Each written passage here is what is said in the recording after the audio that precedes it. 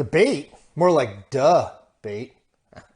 On Tuesday, September 29th, President Donald Trump and former Vice President Joe Biden will share a debate stage for the first time in the 2020 presidential race. For political junkies, this is like the Super Bowl, Christmas, and your birthday all rolled into one, which, come to think of it, would probably not be all that fun because of all the junk food that you ate would make you barf, unless you like barfing. For the two candidates, the stakes really can't be any higher. Joe Biden enters the debate season. The two candidates will actually debate 3 total times between September 29th and October 22nd in the lead in the race. But he still needs a commanding debate performance to show that Donald Trump's attacks on his mental acuity and his age are entirely without merit. For Trump, the debates, and the first one in particular, are his last best chance to change the arc of this race from one focused heavily on his mishandling of the coronavirus pandemic to one focused on, well, literally anything else. Now, while all 3 debates matter, there's no question that the first debate matters most, for a few reasons. 1, you never get a second chance to make a first impression. Will Rogers was right. Look it up, kids. It's an old reference. While Trump and Biden are already known by the voting public, how they present themselves in the first debate will influence how they are perceived by voters in the final weeks of the race. There's another reason. TV ratings are always highest for the first debate, largely because of the curiosity factor of seeing both candidates on stage battling it out for the first time. The first 2016 debate between Hillary Clinton and Trump was the most watched debate ever, with 84 million people tuning in. So this first debate is a big deal, one of the only events between now and November 3rd that could actually change the shape of this race, which makes winning it critical to both candidates, and I'm going to tell you how they can do just that. Rule number 1 to win a debate: win the expectations game. Right, so some of the most important work toward winning a debate actually happens before either candidate ever steps on stage. Take 2012, when Mitt Romney was regarded as the inferior debater to President Barack Obama. Obama seemed to believe the press about his skills and Romney's lack thereof and came out very, very lackadaisical. Romney, on the other hand, was energetic and informed.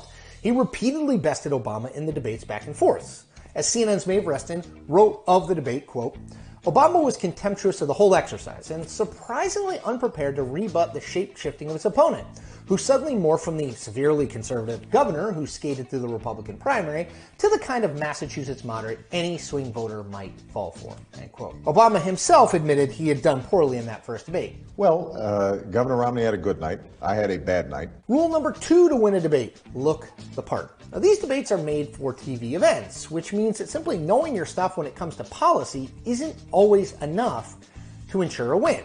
Voters tune into these debates to see which of the candidates they can imagine actually being president for 4 years. They're looking for which candidate has the confidence, the command, and yes, the presence to lead the country and represent its interests on the world stage. Don't believe me? Go back to the most famous first debate of all time, the 1960 affair between John F. Kennedy and Richard Nixon. It was the first debate ever to be carried live on national TV, and Kennedy was judged to win it largely because he looked healthy and confident as opposed to the sweaty and 5 o'clock shadowy Nixon. Sidebar, as someone who sweats a lot and has a permanent 5 o'clock shadow, I feel you, Dick Nixon, and sidebar.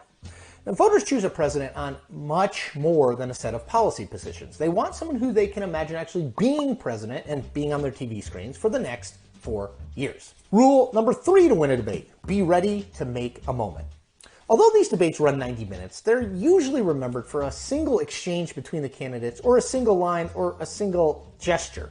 Al Gore sighing on camera during George W. Bush's answers in the 2000 debates. Gerald Ford claiming wrongly, "There is no Soviet domination of Eastern Europe," in his 1976 debate against Jimmy Carter. Michael Dukakis responding robotically to a question about whether he would support the death penalty if someone raped and murdered his wife in a 1988 debate. Now, the master of understanding the importance of a single moment and seizing on that moment was Ronald Reagan. In his 1980 debate against the incumbent Carter, Reagan, who's an actor by training, got off several lines that are still relevant in our political vernacular. He asked the audience, "Are you better off than you were 4 years ago?" When Carter tried to attack him on policy, Reagan chided him with, "There you go again."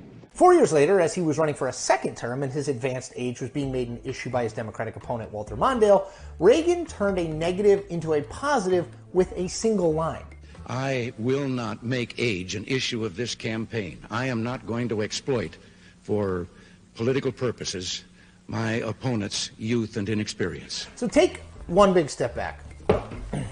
The best presidential debaters understand that these events are performances rather than simply dry recitations of policy positions. What you say matters, of course, but how you say it and how you look saying it matters too. And that is the point.